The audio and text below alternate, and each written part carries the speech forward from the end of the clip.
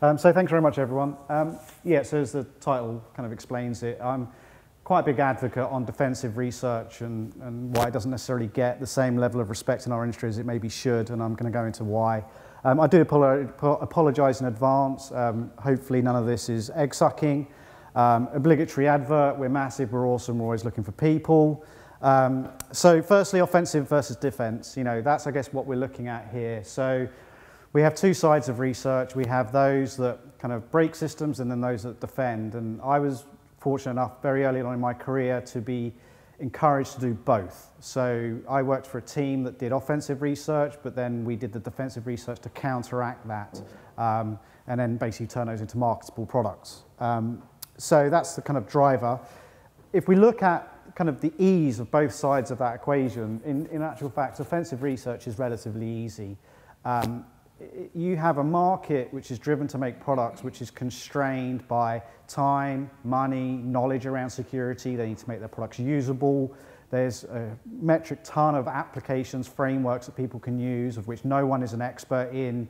You have, as we saw with OpenSSL, kind of certain monocultures emerging around certain technologies. We have ridiculously short life cycles now on certain technologies, and all of these basically stop us being able to make secure products. And so that's why, you know, you only have to find one or a handful of bugs to be able to kind of basically destroy the security of it. So it's relatively easy. And I would argue that offensive research, while it's getting more complex, and especially with the more modern mitigations, it's not impossible by any stretch. On the other hand, you know, we have defensive research. And so why do we do it? So really the motivation for defensive research, unfortunately, it's not going to make you famous like offensive will, but we're trying to drive down kind of the costs of security generally. So we're trying to keep the bad people out. If that fails, and so what you'll see here, kind of the keep aggressors out, minimize impact, know what happened when it didn't. This is all kind of standard defense in depth stuff. But that's kind of why we're trying to do it. We're trying to improve our general awareness of the initial robustness of the product, but then awareness of when those things fail. So what we see, or what we have seen historically, is it's very hard outside of academia to do lots of forward-looking research in terms of real blue sky stuff because there's no appetite for it. So in factual fact, what we end up doing is something becomes a problem and we do the research to counteract that. And we've seen it with spam, we've seen it, and as you'll see, I go through some concrete examples. We're always very reactive.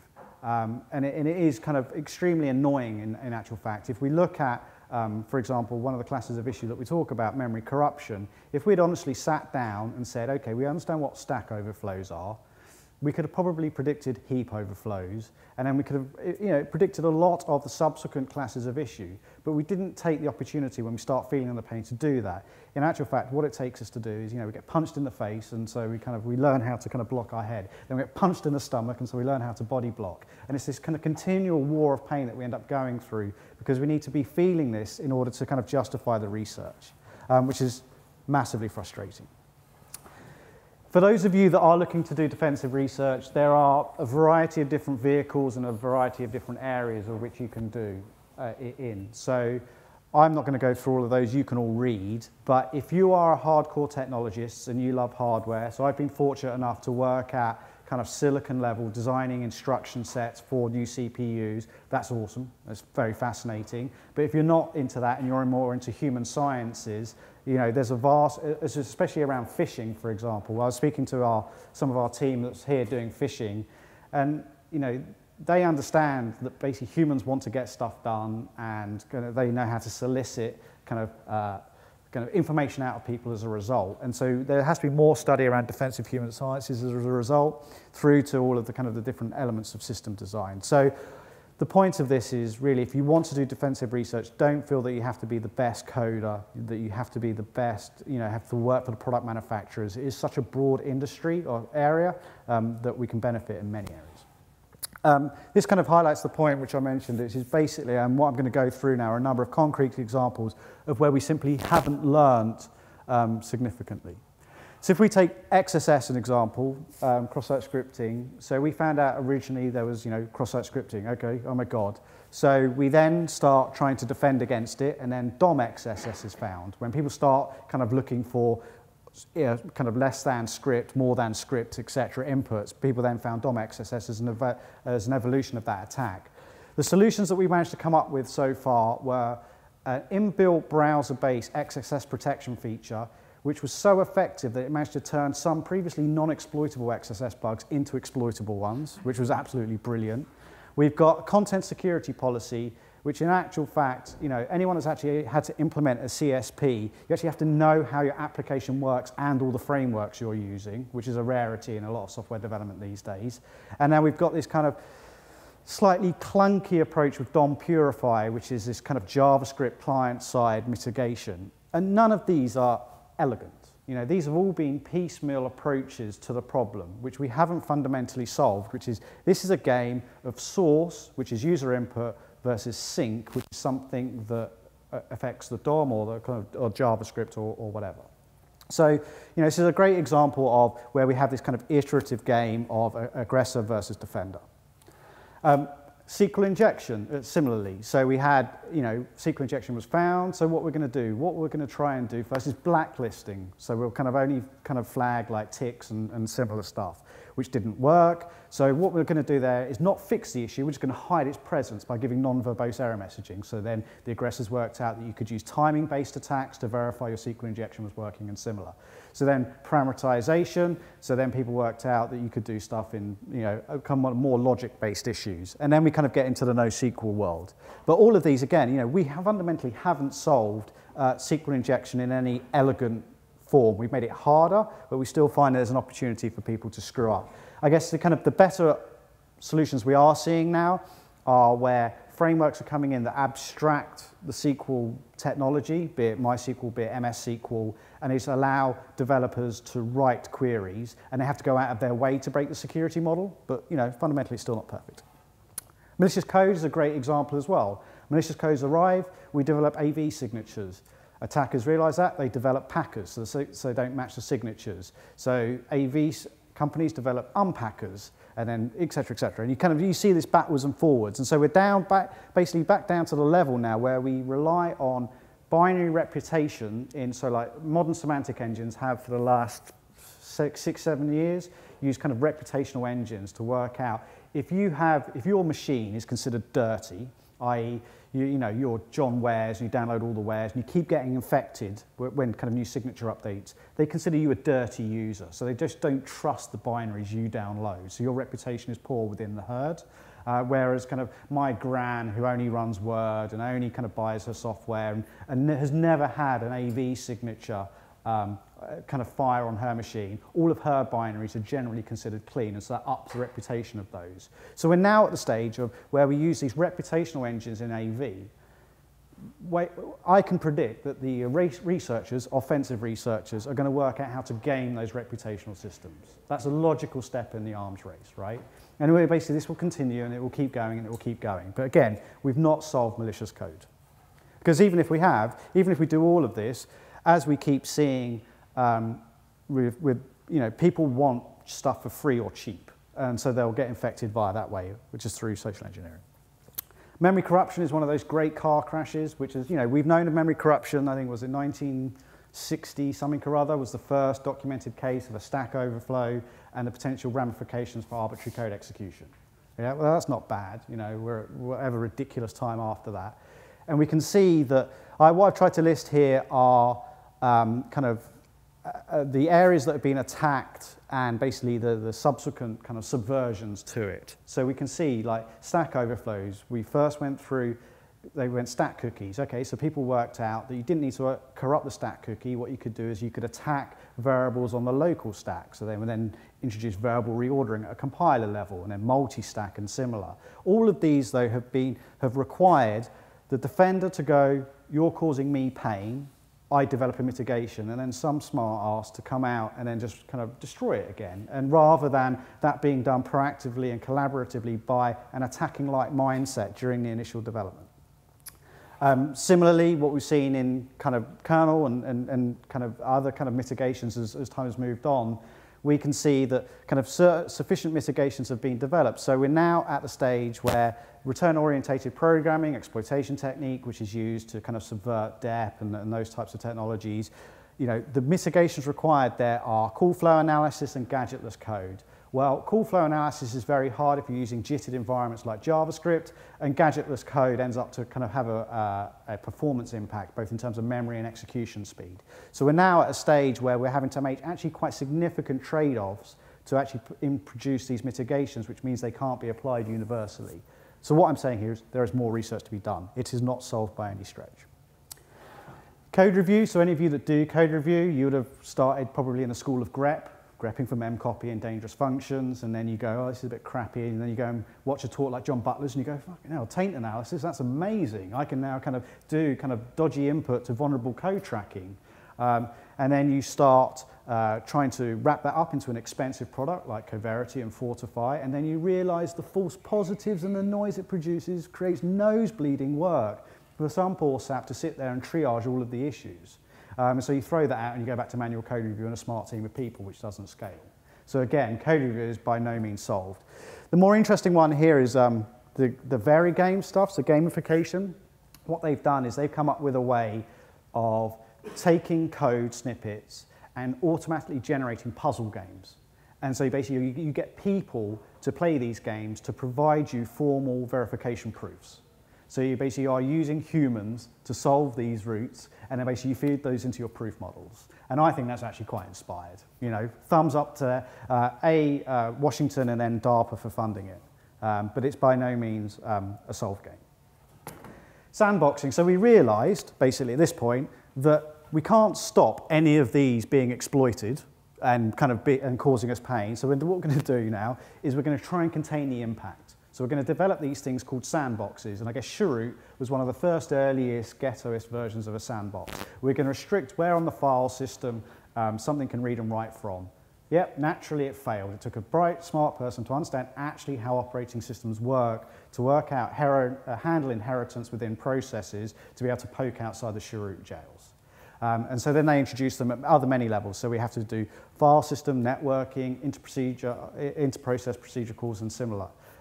All of this, again, is not a fine art. Anyone that has tried to use things like App Armor or similar sandboxing tools in the real world, in a production environment, will tell you what the pain is in just terms of configuring it, and then no one will provide you support because you've sandboxed it. Again, not solved in an easy to workable manner.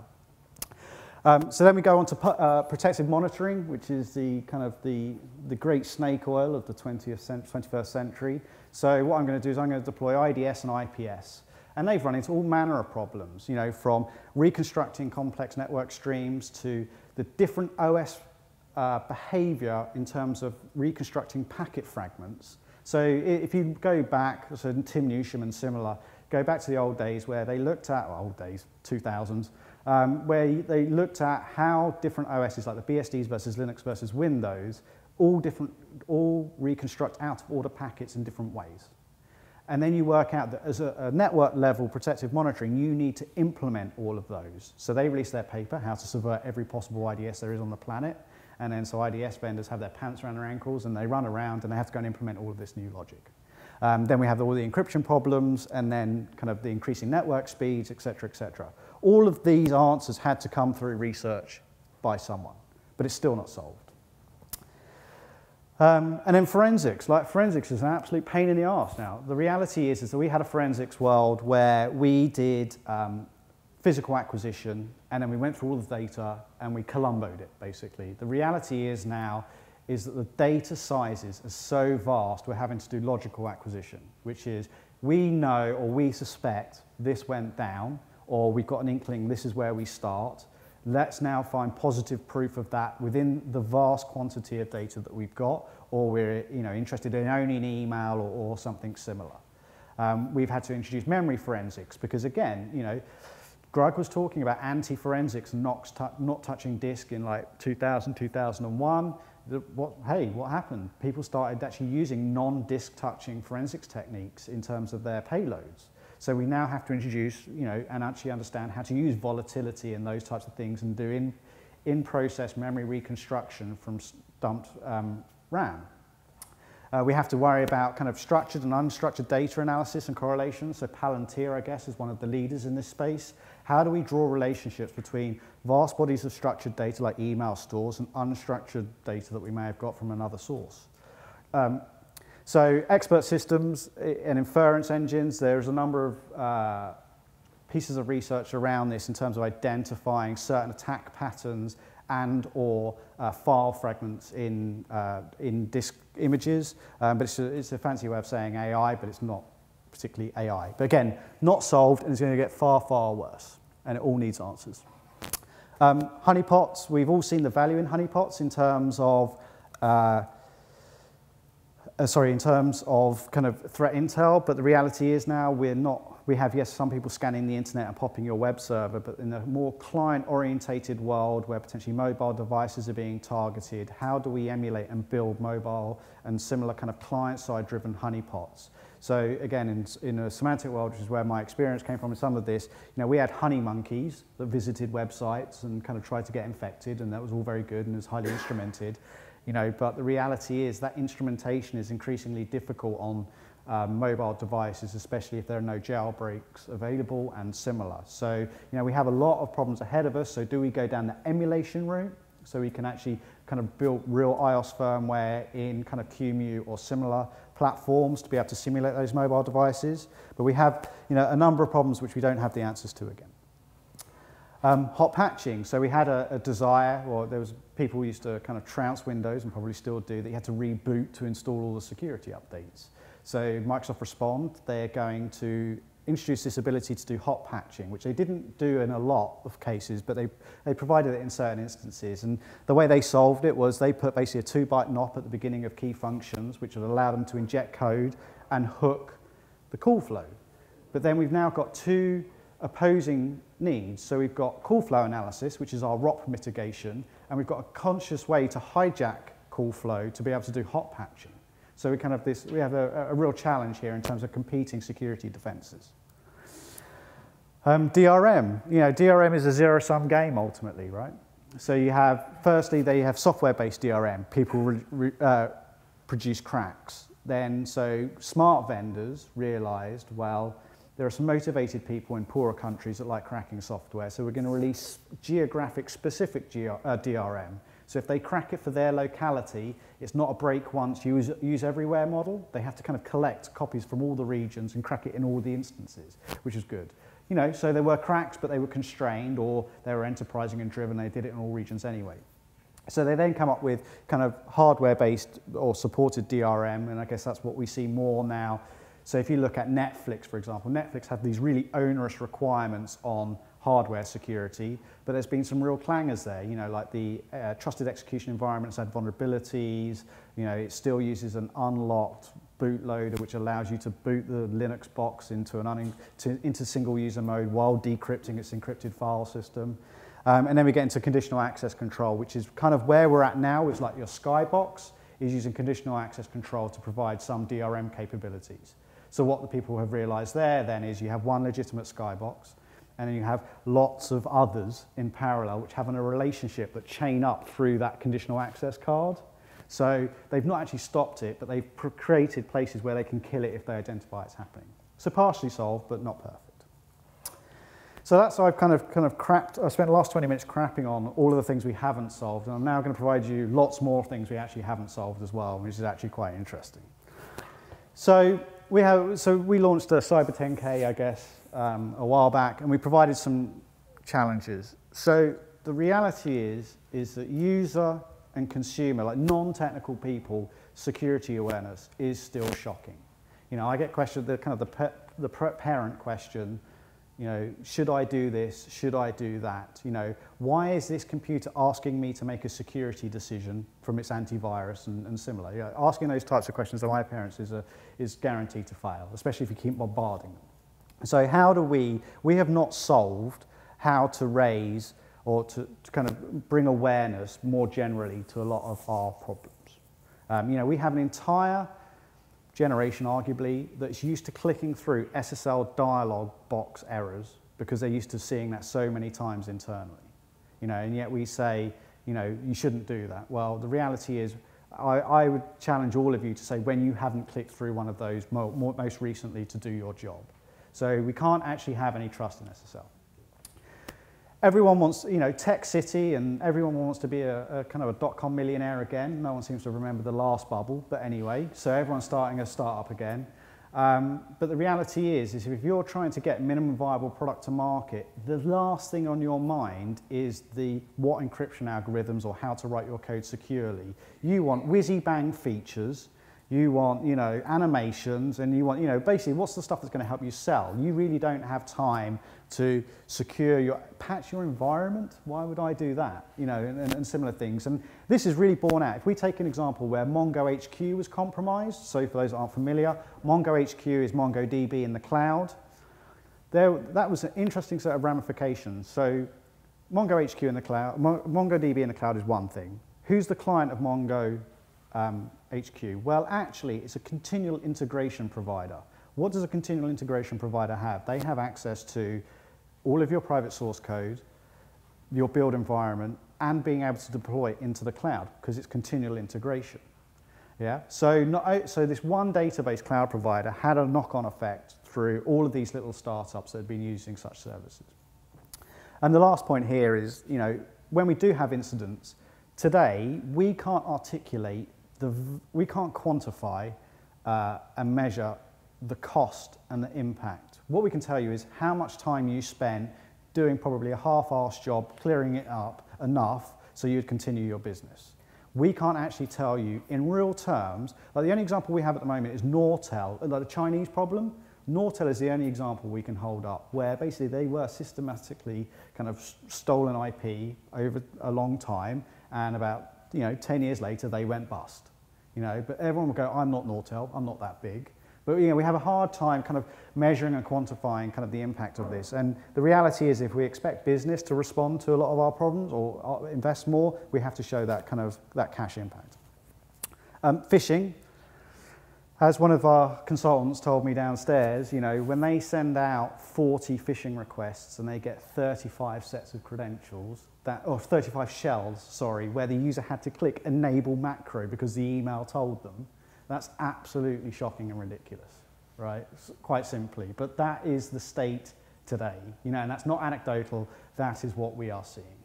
So again, when we send in I'm your help desk, please click on this random link and reset your password, and people do it at vast rates, that is really worrying. And there is, at the moment, we're relying on Bayesian filters to catch these. That is the cutting edge and the kind of, I guess, site reputation stuff. But quite simply, shocking. But a fascinating area, I think, because this is a mixture of human science and potentially smarter technology. But we don't have any of the answers, really. Forensics, as I said, so these lists actually, we had a very fortunate UK university came to us and said, we've got third-year grads, they need some ideas, and we actually posed these 6 ideas as research projects for them. So if you do full packet network capture today, you run out of space very quickly on any sane network, or any modern network, right? No one runs 10 megabits anymore, or 2 megabit lines, you're dealing with gig or higher. So how can you reduce the storage of network captures, yet still retain some of the value that we get from full network packet capture? How can we do high performance captured network data analysis? These are real problems which we don't have the answer to. Like if you scale up your network speeds very, very to the top end, kind of common products will start to fail. How do we, with the network visualization one, how do we create a set of tools which allow a non-security expert who can't dig into Wireshark and can't understand that bit mask to see obviously bad stuff? There must be some way that we can enable these people to do that. Through to then and the red ones are the ones they selected. So we said, okay, so we detect something is bad in a network stream. How can we automatically produce heuristic signatures for net flows? What we're seeing increasingly on forensics cases is crypto used, or people have password protected stuff. How can we recover those passwords automatically from memory in a forensically safe manner? And then the application of location services, so geolocation services in forensics data to understand who the user and the machine has spoken to as part of the overall case. So again, these are some of the problems that we've posed and are relatively interesting. So how do we deal with this? So at this point in time, hopefully over Niels Earl's court, we have a faux cyber home set up, and we're opening front doors and we're turning on the telly camera and pointing it at the journalists and scaring the shit out of them, basically. But this is kind of a vision of the future, right? We've got an increasingly electronically wired home built by random Chinese manufacturers using, which have had products with home routers and everything else, CCTV cameras with demonstrated back doors. Like, how do we solve that from an assurance perspective, from a research perspective? We don't have any answers to this at the moment. We require smart, motivated individual researchers to go, I want to break this product. For them to then sit in IDA, through their winter evenings, kind of manually going through that code to find that back door, to then go out to the market and say, this router has got a back door in it. And then everyone goes, oh my God, it's got a back door in it. But they've looked at probably 1% or sub 1% of the market of products which are out there. And it's only going to increase. And I liked a bit of drama. So danger to life always sounds a bit good. But we had the problem, was it Nest and their fire alarm that you could turn it off, with some random bug. So there is a potential danger to life. Tenuous link I appreciate, but we are there. And then privacy and security financial for the obvious reasons. But huge problem. No real answers. And then everything else. So we are still wrestling. We know in C that using sprintf, which is an unbounded memory copy basically, is dangerous. Yet we still have people like Terry and Teresa in development teams using this, and we have still found no effective way from stopping them. Because the reality is, when you have to ship product, you have to ship product. And that's the reality. And so you just kind of want the code to work. Automatic content security policy generation for web apps and refinement. Yeah, that would be hugely valuable if we could do it. Mapping attack surfaces of applications, of systems, of networks, and visualizing that so people understand kind of what they need to be concerned about. Penetration testers, where they can attack to demonstrate the risk. We're increasingly seeing the emergence in cloud of kind of the traditional operating systems that we've seen, such as Linux, Windows, all very good when you want general purpose OS-y stuff. But we're now seeing the emergence of these kind of micro OSs, which they sit between the kind of the cloud hypervisors and your application stack. So they're a lot more refined. I bet if you look at any of those, it will be like shooting fish in a barrel from a security perspective. So if you are an offensive researcher and you want to have kind of your next Black Hat talk, kind of go after that. It's cloud, so it's buzzword friendly. It's new, so it's going to be like kicking puppies. And it won't be afforded any of the other OS protections that Windows and Linux has built in over the last 20 years. So it will be fun. Software-defined networking. So Sunbright Spark says, we're going to take our traditional networking, which has a control plane and a data plane, and we're going to throw out that model, and we're going to come into a world where we can dynamically reconfigure our data plane through some nebulous software that has many inputs and is really smart. And again, no one, I don't think, has kind of systematically taken apart software-defined networking to show what the ramifications are in terms of lack of segregation. And so how would you do that in a secure way? People are now using anti-forensics, so we now need anti-anti-forensics, or our industry is great for kind of sexy words, or offensive forensics, as I saw, which is the application of forensic-like techniques by aggressors to extract forensic artifacts to further their attack. Okay, that's called hacking, isn't it? But anyway. And then actually making certain Linux security features and similar. So if you're tin pot kind of device manufacturer, you really probably don't want to learn app armor. You want everything to run as root because it works first time when you build that appliance, right? So how do we, Linux and similar operating systems have very robust security models. How do we actually make it usable and easy to use for these low-skilled, low-incentivized vendors in foreign lands and the UK? But you kind of see a general theme here. All of these we don't have answers to. And the reward for doing all of this really diligent defensive security research, you don't get any trips to Vegas. You get no worldwide contour just riding that talk to Hawaii, to Singapore. People will probably complain when it doesn't work because they've not actually read the documentation you diligently provided. The BBC won't cover it because who likes good news, you know?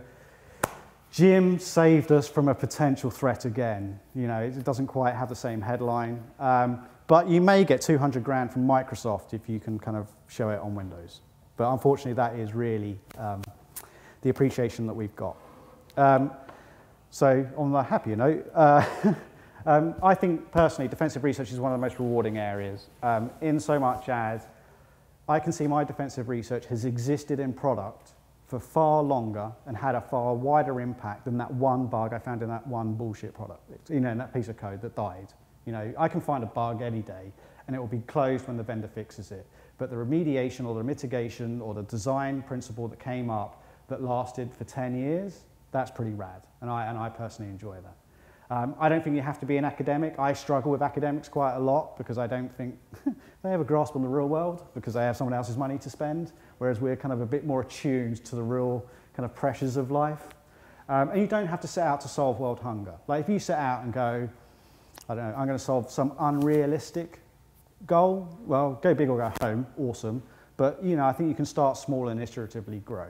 And I think really the trick is, you know, we see lots of smart ideas, but unless you get traction and actually them used and deployed and people behind you, they're just smart ideas, right? And so the reality is to kind of start grassroots and kind of build them in and, you know, submit patches to open source products and kind of just kind of badger people and lobby and similar.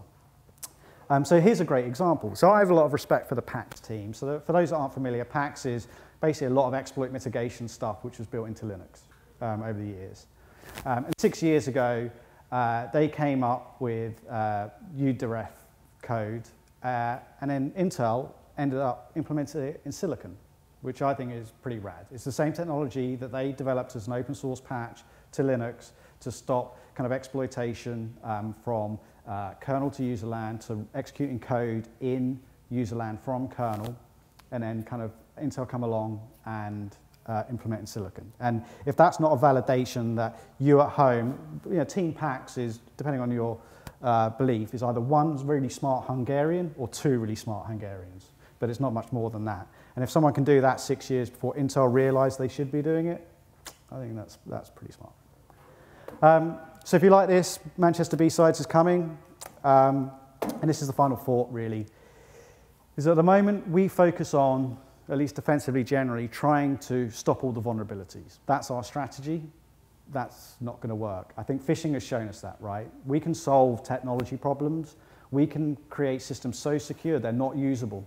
You know, we're successful at all of this.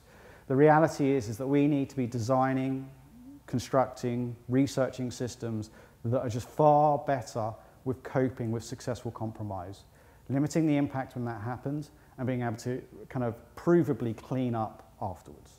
And unless we do that, it's just the pain's going to continue, because that is the fundamental problem. You will not stop people getting it. Yeah, and I think that is on that note. Oh yeah, here's it. Here's the reality as well. Final bit. You should all fail. If you do this, expect to fail. Failure is good. Otherwise, it's not research. We know the answers. So I try internally at NCC sometimes to show how I fail, because it's educational, it's fun, and I think it's okay to. But those that set out to kind of knock their research out of the park, you know, that's why you go on offensive, because it's easy, because you know you'll get root in the end. You know, it's just kind of finding the right bug, finding the right piece of software. If you set out on some of the defensive streams, it may not come to anything, it may not be workable. You may be 10 years ahead of the time when it's ready, but it's fun.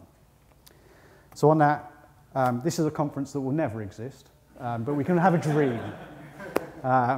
You know, I don't think that defensive research will ever have a Black Hat or a SciScan or ShakaCon in Hawaii or anything else like that. But well, this is it. Yes, yeah.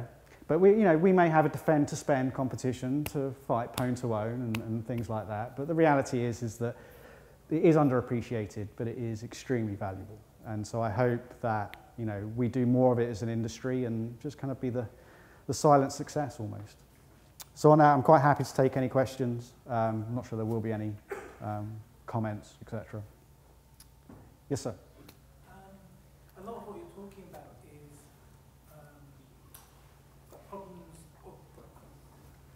A lot of what you're speaking about here is problems with the wider community that uses the products. Yep. And every time I go to a con, people say, well, it's lack of education. We need to educate these people. But people who completely understand the issues pull down their firewalls because they think it'll make the internet run faster. And you talk to them and they understand what a firewall is, and they understand there's people trying to get through, and they understand all of it, and they still do it. And it's not like once or twice. That's one case I can think of. And again, because people think for some reason that, yeah, this is all happening, but it won't happen to me. Well, or the reality is that, to be fair, you can have the most splendid firewalls in the world, but if you've got no business to pay for those firewalls, you're doing it wrong. So the reality is we end up seeing that the motivators are get stuff done, because that's what the business demands. It's too complex, I don't have the skills or the time, we're under a time pressure. So we should be making it easier. We should be able to show and articulate the benefits of doing it. How difficult is firewall on, firewall off, and the user still makes the wrong choice? Well, is it the wrong choice? If I have to transfer a 3 terabyte file and that gives me it makes it 50% faster, and I'm under a time pressure, probably a business risk if that's temporary, just for that transfer or those sets of transfers, probably isn't the wrong decision. It has to be risk managed, But are these people making it from an informed risk decision? Probably not, and that's a different question. But better tools, making sure that I turn that firewall on after I've done that before I go down the pub, that's a different trick. Yeah. That's the same issue with root. You mentioned root earlier. Oh. I mean, how many of you guys work with admins but insist on keeping root open to use? Yeah. Manage servers. Exactly. Like a lot of device manufacturers, they'll run it as root because it just works first time, and they'll have the best intentions that they'll lock that down as they get before closer to release, and just the time evaporates, right? And the reality is, we've just got to ship it, get it out the door, and make some money, people. Welcome to the world. And that's why you pay about 70% more for government systems, because there actually is security which is considered. Okay. Well, thank you very much. Email address.